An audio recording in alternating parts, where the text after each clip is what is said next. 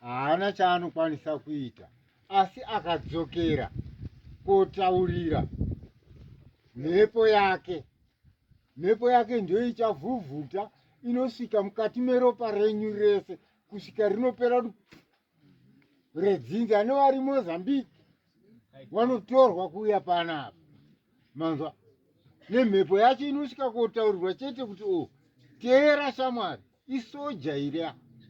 Saka mimi muri kuita nhare kuti haana kutora, akatora zvekuda kutengesa zvichibva zvati 2 minutes 3 minutes zvapera, ndakumhanya kohodha mari yacho muti iri kubva papiri. Pozi mwana paakatora hapana akaziva kuti akaenda ikoko. Asi tiri kufamba kazvikwekwa. Hapana kana kuuya kumba kwacho hatouya, hatitomuzivi isu. Right, Baba Mabhande makadi. Right, shoko renyu rakanaka pakunzwa hangu kwandiri kuita. Ini mapindiro andinongorita ndeyekuti munhu akauya achitsvagiwa hamusiriba. Anditika. Ndisingazivi kuti mukoma kana kuti ndiani. Munini anditika. Saka kuuya kwamaita imimi mauya chiri chikamu chekumumirirawo nekuziva kuti hama yani ihama yenyu. Right.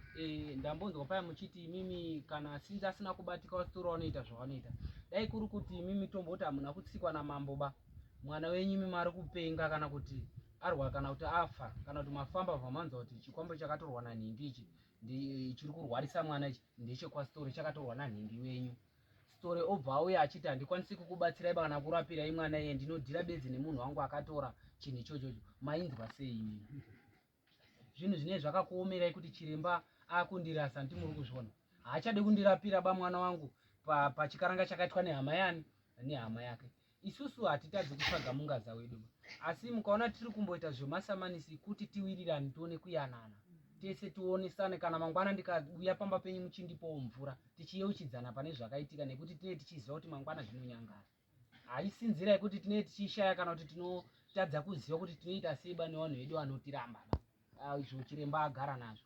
Asi tinee tiri kuitira pakuti kana munhu abata tunhu twake twabata, patiri kutarisira kuti pandoti handipo panozoenda ba netsvimbo yani netsvimbo yedu inondosinya newasina mhosva. Iri nzira yekuti murwe. Ede izvo zvagara zvakadaro kuti saka richinzi musha mukaitwa urombo vanhu vanokochedzana. Inzira yekuziva kuti mangwana zvinogona kuuya kwandiri nekuti chirombo chapinda pai, chapinda mumusha.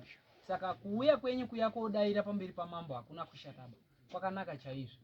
Asi kana iye asiri kubatika ba, isusuwo sewana tiri pamberiwo pamambo, tasangana nemi tasanganiswa zvinhu zvinei zvakanaka. Zvine mukuru watasiya kupi watinondopira masoko kuti tasangana nedare iranga rakamirawo zvakati zvakati zvakati zvakati zvakati.